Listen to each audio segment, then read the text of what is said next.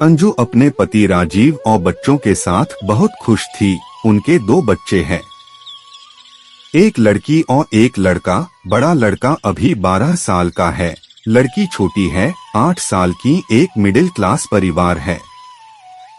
अंजू के पति राजीव का कपड़े का एक छोटा सा कारोबार है, जिससे उनका घर और दोनों बच्चों की पढ़ाई अच्छे से हो जाती है।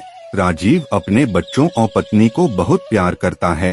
अंजू अपनी छोटी सी दुनिया में खुश थी, लेकिन फिर उस एक दिन से सब कुछ बदलने लगता है। एक दिन राजीव जब घर आया तब उसका मूड कुछ ठीक नहीं था। उसके बच्चे वही बैठे पढ़ाई कर रहे थे। बातों बातों में उनमें बहस हो गई और वो झगड़ा करने लगे। राजीव वही बैठा था और अपने ही ख्यालों में खोया था। उनको झगड़ता देख राजीव को गुस्सा आ गया और उसने उठकर अपने बच्चों को एक एक तमाचा लगा दिया। अंजू किचन में से आई। बच्चों और अंजू के लिए यह बात बड़ी ही आश्चर्य की थी, क्योंकि राजीव ने आज से पहले कभी अपने बच्चों को मारना तो दूर की बात जोर से डांटा भी नहीं था। हमेशा उन्हें प्यार से समझाया था। लेकिन आज उसे क्या हो गया था? अंजू ने राजीव से बात की, क्या हुआ, आपको कुछ बात है क्या? लेकिन वो गुस्से में कुछ नहीं बोलकर वहाँ से चला गया। अंजू को पता चल गया था कि जरूर कोई बड़ी बात है जो राजीव को परेशान कर रही है। कुछ दिन राजीव का स्वभाव ऐसा ही रहा। इस दौरान राजीव अपनी चीजों को लेकर भी कुछ ज्यादा ही पर्सनल हो गया था। उसने अपना एक अलग लॉकर रख लिया था, जिसकी चाबी उसी के पास रहती थी। अंजू को यह पता था कि राजीव उसमें कुछ रखते हैं, लेकिन वो राजीव से इस बारे में बात नहीं कर रही थी। उसे लगा कि शायद वो इस बारे में पूछेगी तो कहीं वो बुरा नहीं मान जाए। ऐसे ही आजकल उनका मूड कुछ सही नहीं रहता है, इसलिए उसने इस बारे में बात ही नहीं निकाली। राजीव कुछ दिनों से अब अकेला रहने लगा था, ज्यादा बातें नहीं करता बच्चों से भी। अंजू को यह बात खटकने लगी। एक दिन जब राजीव अपने लॉकर में कुछ रख रहा था तब अंजू वहां आ गई। अंजू के देख उसने झट से सबसे पहले लॉकर को बंद किया। अंजू ने पूछा, क्या हुआ, ऐसा क्या है जो आप छिपा रहे हैं? क्या हो गया है आपको? कुछ बात है तो बताइए। राजीव ने कहा, कुछ नहीं, कुछ होगा तो मैं तुम्हें बताऊंगा, ऐसा कुछ है ही नहीं। अंजू को अब चिंता सताने लगी कि उसे अपने पति का बदला रूप साफ दिखाई दे रहा था। घर में शांति ना हो तो उसका असर सब पर पड़ता है। करीब 1 महीने तक उसके पति का यही रूप रहा, लेकिन 1 महीने बाद अचानक वो फिर से बदलने लगा। पहले की तरह ही अपने बच्चों से बात करने लगा। शांत और सरल पहले से भी ज्यादा हो गया। अंजू खुश तो थी, लेकिन उसके मन में अभी शंका और संकोच तो बना ही हुआ था कि अपने पति के इस तरह के बदलाव से उसके मन में अभी तक दुविधा थी। सब कुछ धीरे धीरे फिर पहले जैसा होने लगा, लेकिन अभी भी राजीव अपने लॉकर को नहीं छोड़ता था। लॉकर पर ताला ही रहता था, ना ही उसे किसी को हाथ लगाने की इजाजत होती थी। अंजू को लगा राजीव फिर से वैसे हो गए, अभी यह काफी है। धीरे धीरे वह शायद खुद ही अपने मन की बात बता दे। समय बीतता गया। एक दिन अंजू दोपहर अपने घर से कुछ काम को निकल गई। राजीव दुकान पर थे और बच्चे स्कूल, इसलिए वो घर के काम से खुद गई। लेकिन बाहर जाने पर उसे पता नहीं था कि उसे ऐसा कुछ दिखाई देने वाला है। उसे वहां राजीव दिखाई दिया, वो भी एक बहुत ही खूबसूरत औरत के साथ, और राजीव उसे पैसे भी दे रहा था। उनको देखकर अंजू छिप गई ताकि वो दिखाई नहीं दे, लेकिन अब उसके मन में सवालों के भूचाल आ गए थे। तरह तरह के ख्याल आने लगे कि इस औरत की वजह से ही शायद उसके पति में बदलाव आया है। शाम जब राजीव घर आया तो अंजू ने पहले ही कुछ सोच रखा था। उसने राजीव से पूछा, दिन कैसा गया, कहीं गए थे या दुकान पर ही थे? राजीव ने कहा, नहीं, दुकान पर ही था, कहाँ जाऊंगा। अंजू को पता था कि राजीव झूठ बोल रहा है, लेकिन क्यों और किस कारण से यह उसे पता नहीं था।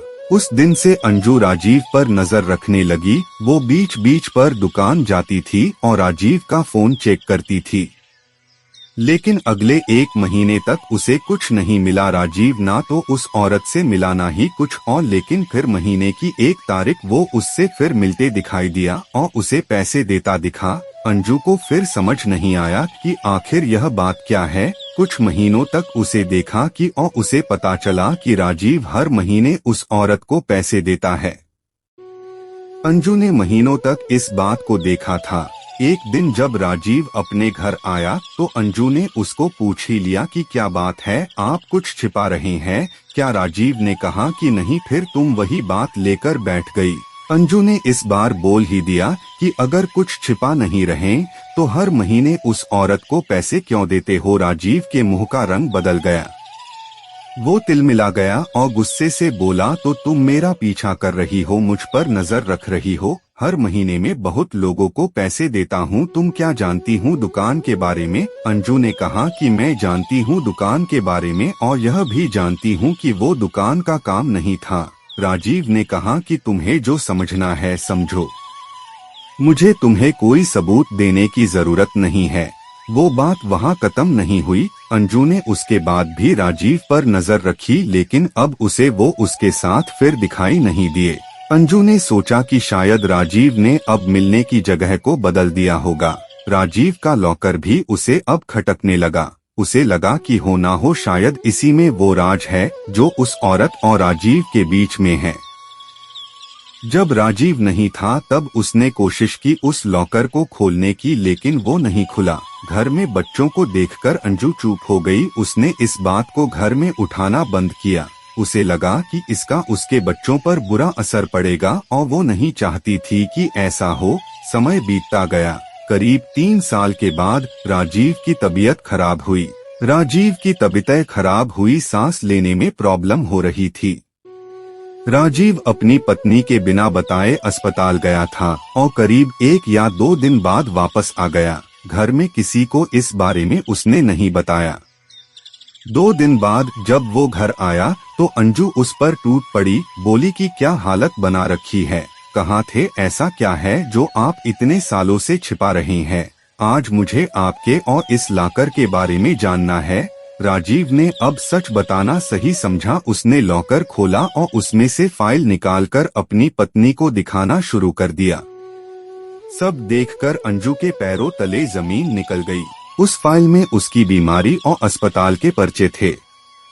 राजीव ने बताया कि आज से ठीक 4 साल पहले उसे पता चला था कि उसे एक गंभीर बीमारी है और ज्यादा दिनों का मेहमान नहीं है। इस बात ने उसे तोड़ दिया था। उसे चिंता सताने लगी थी। वो यही सब में डूबा हुआ था। वो निराशा और चिड़चिड़ा हो गया था। यह सब हो ही रहा था कि एक दिन दुकान के सामने उसे एक औरत दिखाई दी जो कि भीख मांग रही थी। उसे देखकर उसे दया आ गई। उसने उससे पूछा कि क्या हुआ बहन, देखने से लगता है कि तुम अच्छे घर की हो और फिर सड़क पर इस तरह भीख मांग रही हो। उस औरत ने अपनी कहानी सुनाई। कहा कि वो अनाथ थी। उसके पति ने उससे शादी की, लेकिन उनके देहांत के बाद उसका वहाँ रहना मुश्किल हो गया था। उसे वहाँ के लोगों की नियत का पता चल गया था, इसलिए वो कैसे भी बचकर अपने 2 बच्चों के साथ वहाँ से यहाँ इस नए शहर में आ गई। यहाँ उसे गुजारा और रहना मुश्किल हो रहा है, इसलिए मजबूरन उसे भीख मांगना पड़ रहा है। राजीव को उस समय लगा कि अब उसकी जिंदगी कुछ ही समय की है, इसलिए उसने उसकी मदद करना शुरू किया। उसे और उसके बच्चे के रहने को घर और खाने की व्यवस्था के साथ ही हर महीने उसे पैसे भी भेजता रहता है। उसने न सिर्फ उसकी बल्कि औरों की भी मदद करना शुरू किया। राजीव भी आश्चर्य से भरा रह गया था कि इस दौरान उसे पैसों की कमी नहीं रही, साथ ही जो बीमारी उसे कुछ दिनों में खत्म करने वाली थी, उसके इस अच्छे काम की वजह से उसे अभी तक जीवित रखे हुए है। उसने अपनी पत्नी से कहा कि अब मैं अपने घर की जरूरत के बाद जितना हो सकता हूँ मदद करता हूँ, जिसे जरूरत है मुझे अंदर से खुशी मिलती है। शायद यह उन लोगों की दुआ है जो अभी तक मैं जीवित हूँ। अंजू यह सब सुनकर रोने लगी और उसने अपने पति से माफी भी मांगी। उसने कहा कि आप इतना सब कुछ झेल रहे थे और हम आपको कितना गलत समझ रहे थे। अंजू भी राजीव के इस काम में अब उसका साथ देने लगी। इस जिंदगी में कब क्या हो जाए हम में से कोई नहीं जानता। अगर हम किसी के काम आ जाए, किसी को जिंदगी जीने में मदद कर दे, तो उससे बड़ी बात कुछ नहीं है। अच्छे कर्मों और नियत का फल हमेशा अच्छा होता है।